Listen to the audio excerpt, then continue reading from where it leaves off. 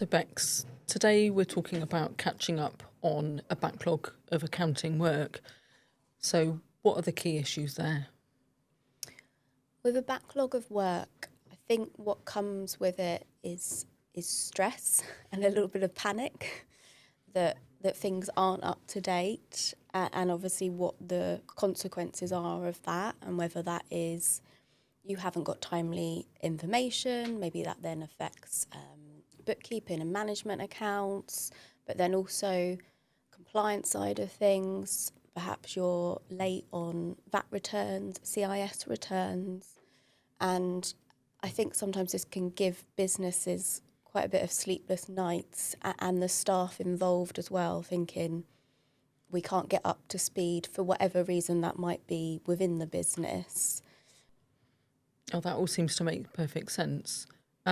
What else is important then, or what's the impact of that?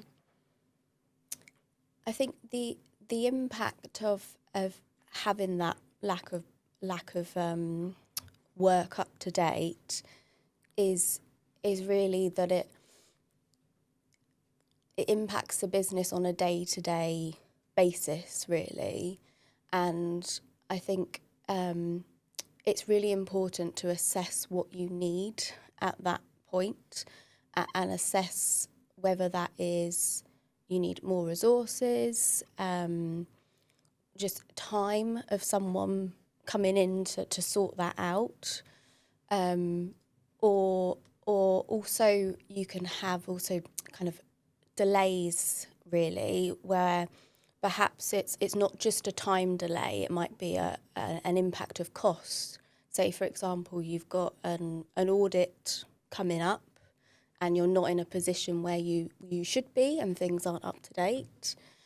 And what that might mean is actually the audit timeline might have to change, but if that's booked in, perhaps there is a cost impact there, which is obviously in addition to any stress as well. Stress and cost is obviously not a good place to be in.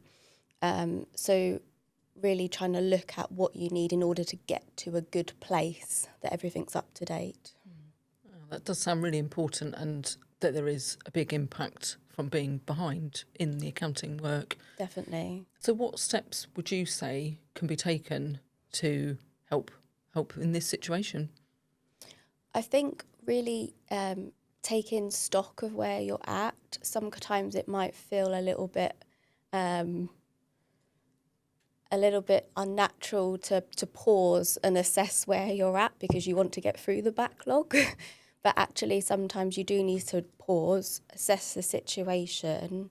What information do we need? What resources do we need? What plan do we need to put in place? And really speaking early about that, and coming to us and talking about what's needed so that we can get the best plan in place. Yeah, that sounds really sensible. Like you say, it seems unnatural to take a pause, but actually, if you don't, how are you going to come up with a plan to help fix that situation? That does make sense. Are there any other examples? You've talked a bit about bookkeeping there, but what else can the Kirk Rice team help with? What other experience do you have, to bring work up to date? I touched on audit earlier, where I'm thinking of a live example really in my head, where actually things like documenting your processes and your procedures is quite key for audit, so that you have those in place. So, we can help with that just to make sure that you are working with the right procedures and processes. Does anything need to change while we're looking through the backlog, and making sure that you have everything ready, audit ready, so to speak, when that time comes? What does success look like? So if an organisation comes to you and says, we're in a bit of a pickle, to be quite honest, we need to catch up on whatever it is, bookkeeping, accounting, documenting processes. What does success look like? What's the end result? And when do you walk away and think, yeah, I've done a great job. We've got everything fixed. I guess the obvious success is that the backlog is complete. And from a simple sense, that is the case. But actually, it goes a lot further than that. Where does it mean that the organisation needs some more training in order to not be in that position again?